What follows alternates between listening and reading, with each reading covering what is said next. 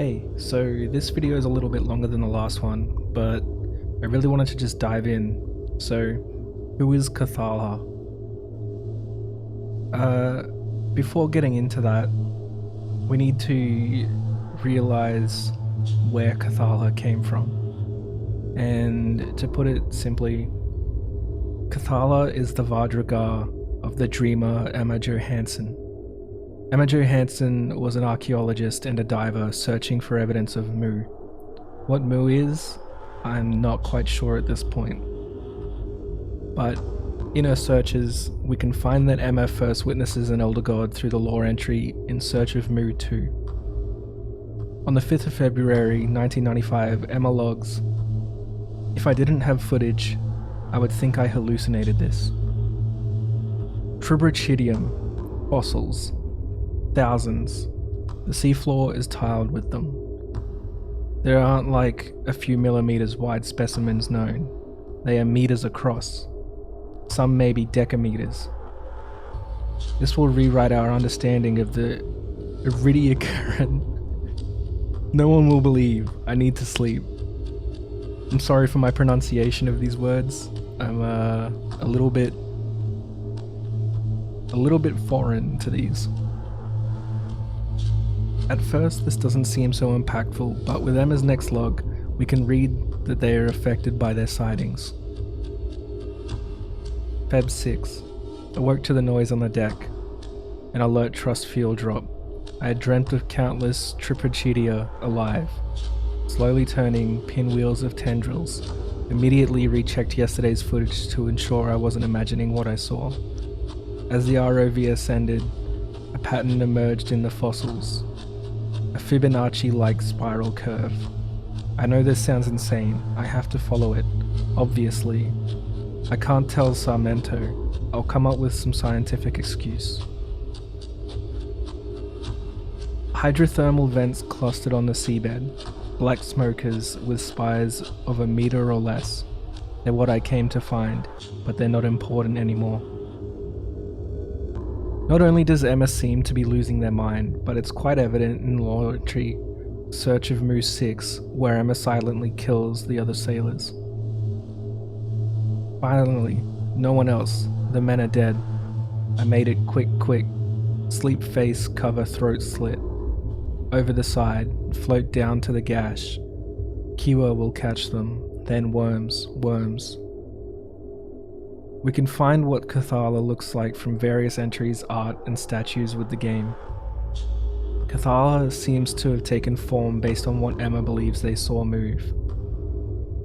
February 8. The Tribrachidium fossil pattern is clear now. The curve is one of three spiraling out from the central point obscured by smoker spires. Depth measurements at that point are implausible. Just a black gash in the seabed. The shape of the pattern is the same as the one in each fossil. Many miles across. Many.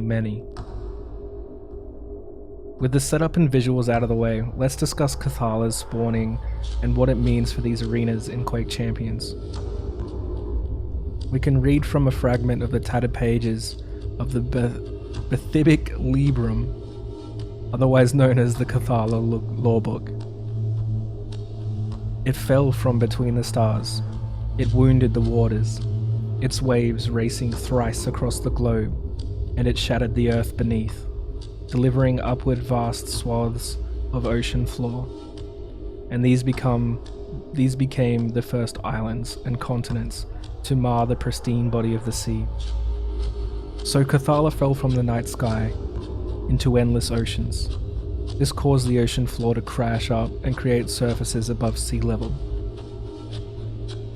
Then did unearthly effluence of that fallen mass infuse the waters for leagues around.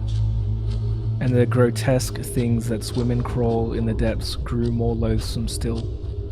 They turned upon one another, and other sea life, driven by a new malevolent mane, and a burgeoning intelligence.